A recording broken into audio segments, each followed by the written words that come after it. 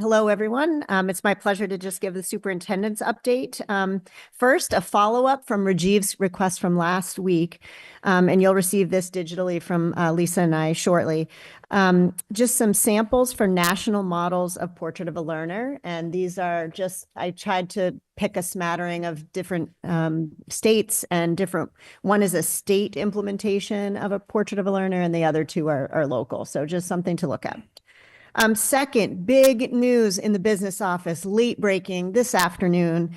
We told you one of our goals last year was that we were going to apply for the MASBO, which is or ASBO, the National School Business Associates designation to become a meritorious budget. Well, we have passed the first hurdle, and the budget has won access to the pathway for meritorious budget. So there's a link. You can see there's a certificate that's been sent to Liam and his office and congratulatory information from the Meritorious Budget Award Division of the Association for School Business Officials International. What happens now is they give us feedback. We submit for 2 more years. And FYI, there's only 2 other places in Massachusetts that have this designation for excellence in budgeting. So kudos to Liam and his whole team. Next, I just want to share with the committee a formal press release that will go to the entire district in the new year.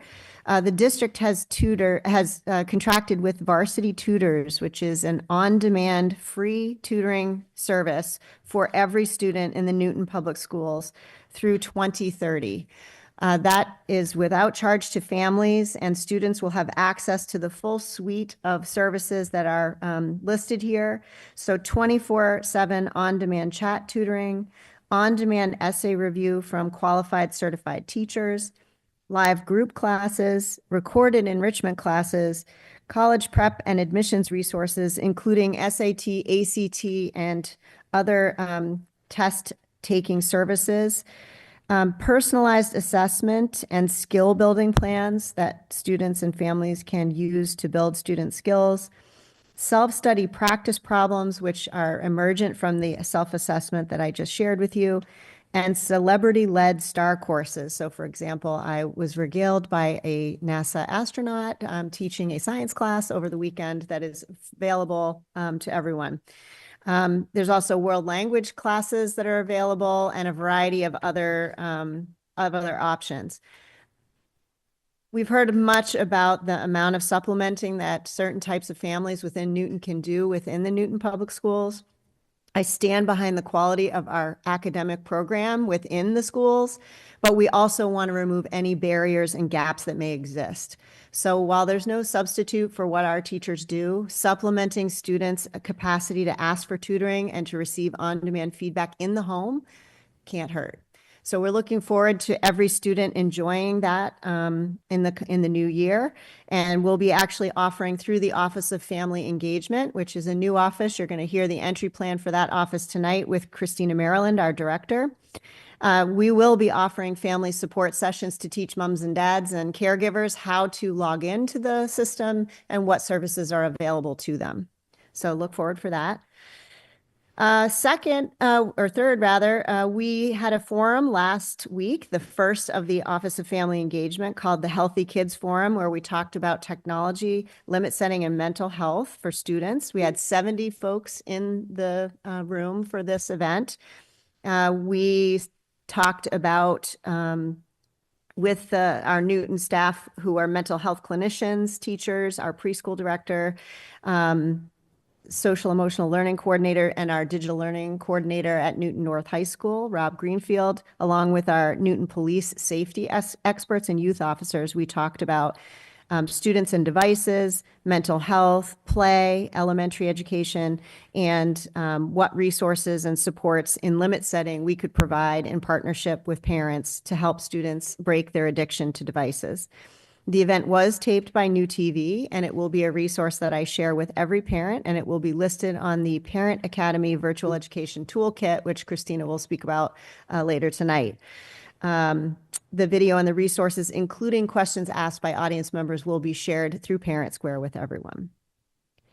One piece of feedback that came up in the forum, and we've heard it, or at least I've heard it for a solid 18 months, is student device addiction is partly to blame for the Chromebooks that we have in the schools. You know, we can't manage them at home and students are always on them and we don't know how to limit that use.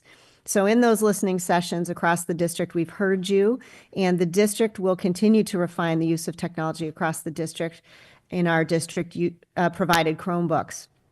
And for some parents, we know that creates some real conflicts. And so a new web filtration parent portal will be available in the coming new year, for parents to customize their child's Chromebook access in the home. So for example, you'll be able to limit the amount of hours a student uses the Chromebook or what they're actually accessing. This too will be shared with families about how to operate that, and trainings will be provided by the district. Fourth, this evening, the school committee and I just left a focus group with our strategic planning partners who have met with students from North and South and met earlier today with staff across the district. They will meet with families the first couple of weeks in January for focus group sessions while we gear up for the writing of a strategic plan, 3 to 5 year for the district. Thus far, I've provided for the committee just an update of those folks who have agreed to sit on this committee. And that represents parents from all levels, METCO, PTOs, parents who are on the Portrait of a Learner design team, NSF, CPAC. We're still waiting for a response from our LCAP PAC partners, school committee members, 10 students, administrators, educators from all levels of our organization, Unit C members, Unit A members, NTA members, global programs folks from North and South, people from my superintendent's advisory group, and volunteers. So we're still looking to hear from a few more people, but I wanted to give you all the folks who had said yes so far. And then finally, it's very hard for me to be quiet for many, many days hearing about multi-level courses. And I just wanted to say that, you know, there's been a lot of statements on different issues from different constituencies about multi-level courses. And one of our colleagues has spoken very passionately about this, and he makes some terrific points, as did the speakers tonight and the families who have written to you and to me en masse. Unfortunately, to argue about multi-level classes, we're arguing about the wrong things, in my opinion. There's not alignment across the school system in our 6 secondary schools around what we are teaching and when, and what the resources are that are available to teachers who teach even the same courses. And the 2 high schools actually approach multi-level courses completely differently. So there is no one description of multi-level courses. In fact, multi-level courses is a misnomer, in my opinion. We need to invest deeply in curriculum and alignment, and I've been very on message with that since the moment I got here. And we must fix that before we can discuss even what each level means and how to group students within them. So we are, good news, in a full-scale curriculum audit for math, and there is a plan to do so for other areas as well.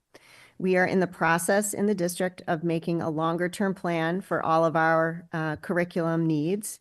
And we anticipate meaningful revisions to our current math program and other levels in the 26-27 school year, but we reserve the right to revise this in partnership with our community should new data and needs emerge. We will, of course, update you, the school committee, through every part of the process, starting with the audit report that has already been scheduled for mathematics as the first and illustrative part of the curriculum audit and teaching and learning review.